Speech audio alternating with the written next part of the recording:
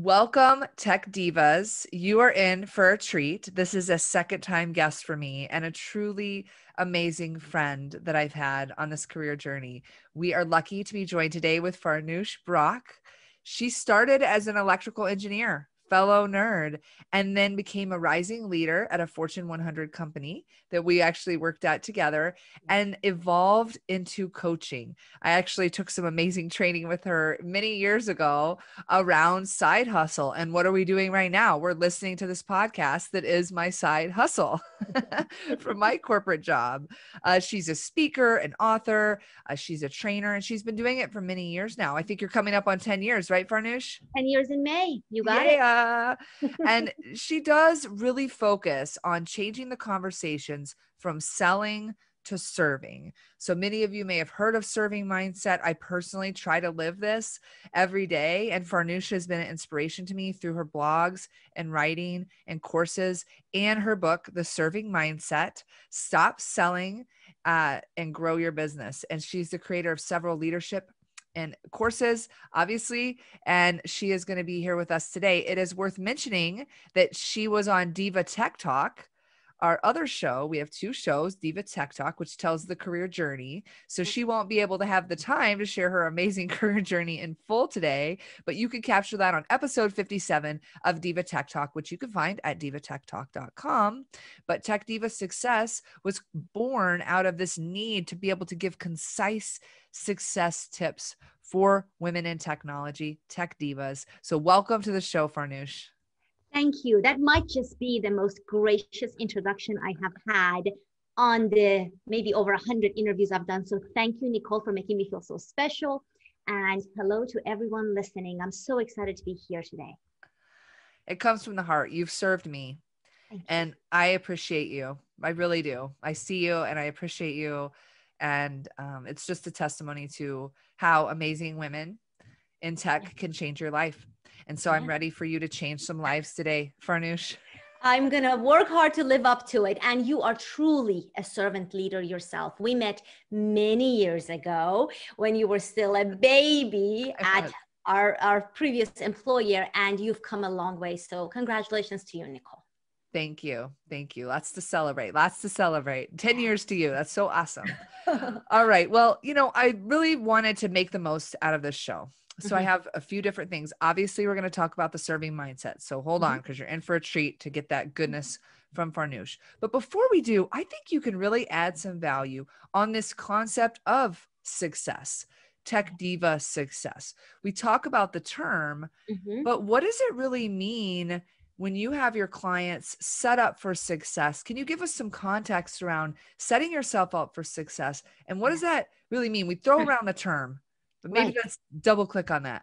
Yeah, let's do. Because I struggled with this so much, and I was pursuing the idea of what success needs to look like for a while, for a number of years at Cisco, where we both worked.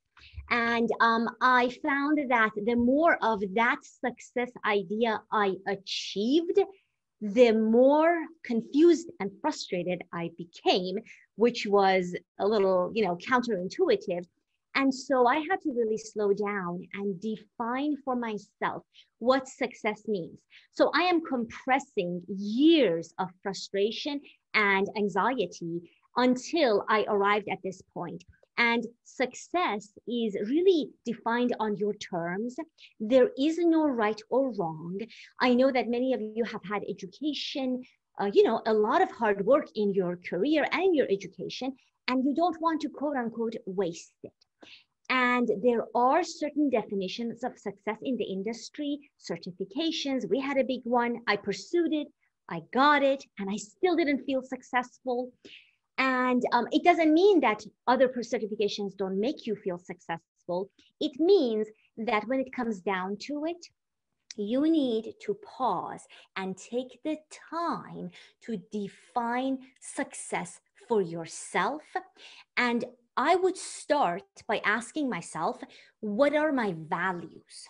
What are my top 2 or 3 values? Things that if I am not aligned to them, on a regular basis. Every now and then we have to make exception. Let's say your value is flexibility, but your job needs you during a really hard deadline. But on a long term, values are things that when they are not aligned, you feel just not at peace with your life. And so define those values for yourself. And they are different for all of us. For me, it turned out to be flexibility, independence, and being my own boss, which eventually led me to start my own company.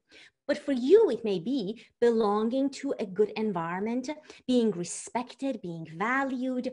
That's more my husband. And so defining those values and then building your definition of success on top of that. Not everyone wants to be promoted. Not everyone wants to have their own business. Not everyone wants to be top of their class, top of their company. And so what is it that matters to you, that makes you happy, fulfilled, that gives you a sense of purpose and mission? That is your success. And that takes some work and some processing to do. But I would start there, Nicole. And start now. Yes. First want to give a shout out. You do have your CCIE, which is the Cisco Certified Internet Expert, which is a huge accomplishment. But I love what you're saying here. So Tech Divas, stop for a moment. We work in a world where success is templated. Here's your success. Get the cert. Move from engineer to engineering manager to senior engineering manager to engineering director. And that's what you need to do. And you show how you're performed and you give your stuff and you go. That's the world, the templated world. We are individual, beautiful souls for a reason. We need to take control of this value-based, heart-centered world. And when those two come together, it's, oh my God. Yes. It's why we talk about it. And I love starting the episode with this because you can be successful on the terms of the corporate ladder if you have to define your terms. And those are yours to own, to know yourself, to share with your manager or leaders, to share with your friends and family, right? There's an intersection of all these things dancing together and you have to just do the work and figure it out. So I love starting with that and encourage, no matter where you're at, if you're an individual contributor, right, you're a manager, you're an entrepreneur, what does success look like? As a manager, are you sharing what success looks like to your people so they know how you're defining success? And do you know what success is like to them? Too often we do go into checklist performance reviews. Checklist performance reviews of what we're accomplishing. And that's not always one size fits all, but that goes all into the servant leader because the serving mindset allows you to serve others and meet them where they are at their definition of success, really. And that is what I want you to share with our Tech Divas today, is how the serving mindset is the success secret that will help them get 1% better in their career and in their lives. So I'd love for you to share on that, Farnoosh. Sure, Nicole. And you know what? Let's see if it is going to be their success secret too, right? I would put that into exploration for you because I'm just here to offer you the ideas. So when I was at Cisco, and we're referring to our, a past corporate life because, hopefully it'll give you some examples, some relative examples. I was told often that I should go into sales because I was so personable and warm and persuasive, and I never did, right? However, I found out when I started my company that the selling is the one area I struggle the most. I mean, I can build the relationships, but the selling, the closing, and here I was as a professional coach with services. So it was an area that was a non-negotiable for me to master in order to stay in business. And it became really frustrating.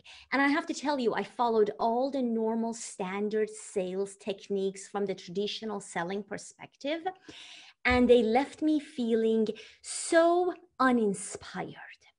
And I wanted to be in my business and feel inspired every day, even during a prospecting conversation. And so I did a lot of studying successful people. We're talking about successful people. I studied the top 1% of coaches who do really, really well. And I noticed they don't go out there and pitch and sell. They have a completely different approach. And I started to shift my own approach and also to appropriately raise my prices, to appropriately reflect the value that I bring to my clients, and at the same time work really hard on my confidence and focus on how I can help the other person, and when and if there is a fit for us to engage further, to then share with them investment options with me. But that approach where I came into every conversation, in this case, prospecting future clients, right? In your case, it could very well be a manager and you are really working towards that promotion, that plum project. So how can you drop your own agenda? And we all have agendas, right? Doesn't mean you give up on your goals. It means you drop your agenda that I have to get this now, and you focus entirely on how you can be of service to your prospect, in my case, and to your manager, leader. Maybe you're persuading someone to give you funding for your company. And that is the game changer.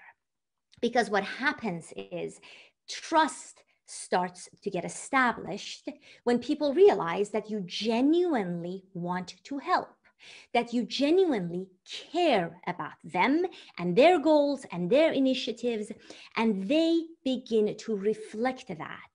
This does not mean that I closed every prospect, but it does mean that over the years, I more than quadrupled, my coaching business, and I work fewer hours and with better, higher caliber of clients, which is huge because it's not just about getting paid, it's about enjoying the work you do with the people you do it with.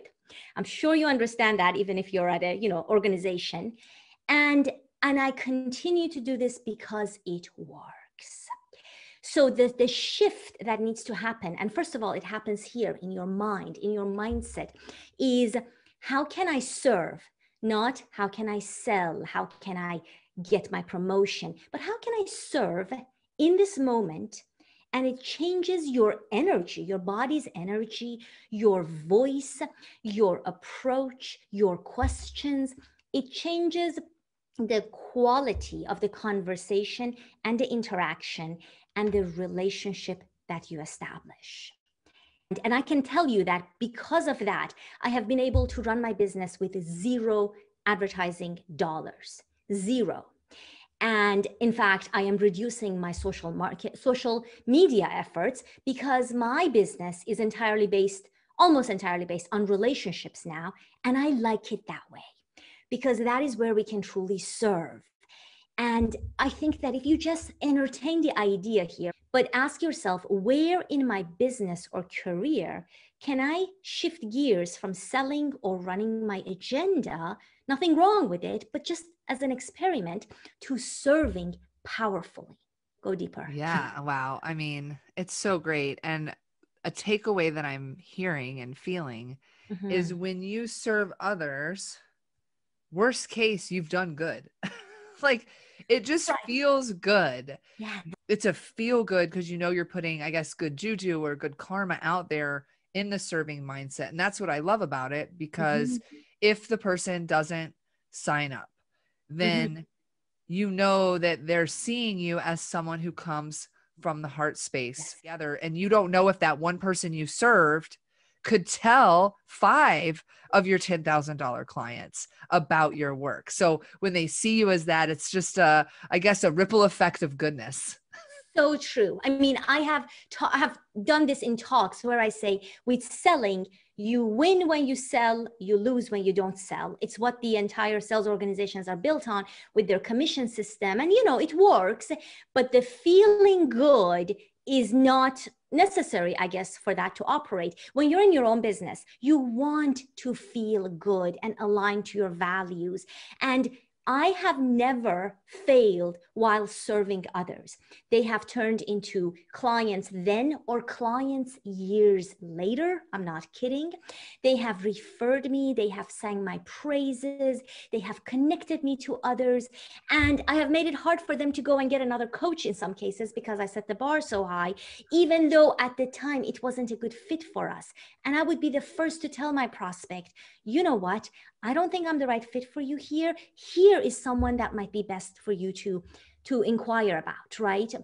And so, and it just feels aligned to where you want to go and where you want to take your purpose and your mission.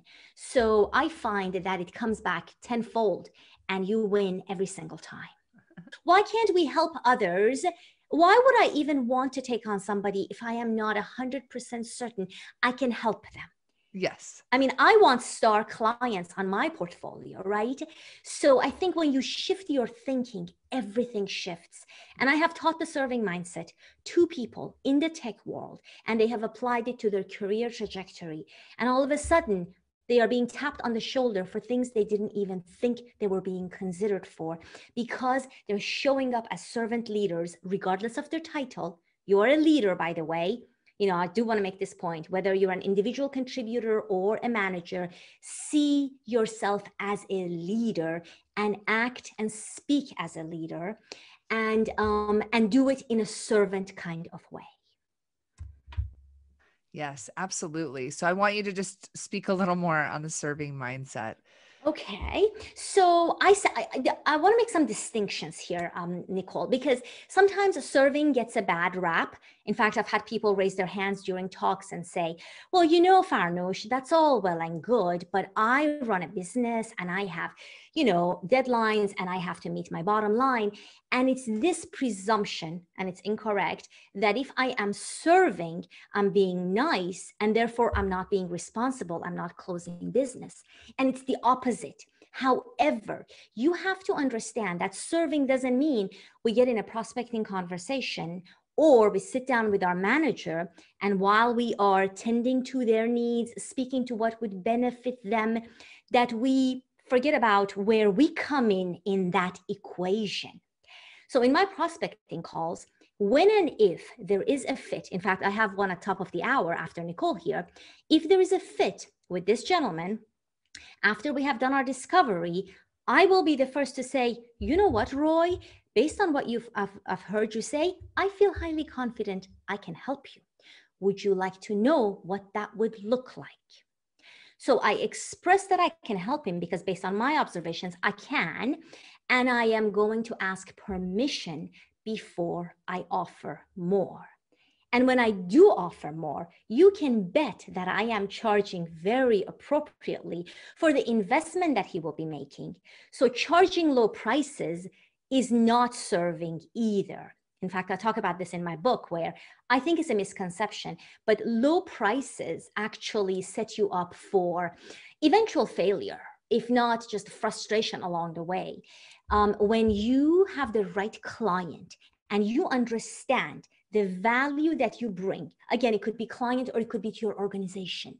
When you are clear and you can articulate that value, here's a skill you want to make sure you learn, especially as technical people or technical women. We sometimes overlook this. Articulating the value that you bring to the organization in the language of your management. Right? You speak the technical language and that's fine. But when you're speaking to your manager or your manager's bosses, you need to speak the language of leadership and articulate the value you bring, connect the dots to the larger initiatives for them. None of that is implied. It is your job to do it. And that too is serving, because you're helping them understand your value, because you need to be compensated appropriately. So I'm so glad I made those distinctions, because serving actually leads to higher success.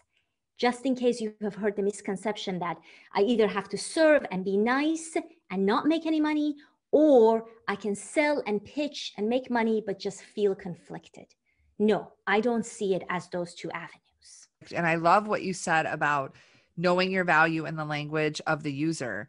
How do you position your value, your pitch as an individual contributor in a major company? And that's been a wake-up call for me. And so I challenge our tech divas out there to blend all this together. Your vision of success, speaking in the language of who you're speaking with that servant filter to create a pitch of your value, a pitch of what you're doing in your role, wherever you're at in your career journey. Oh, but what a beautiful thing to think about.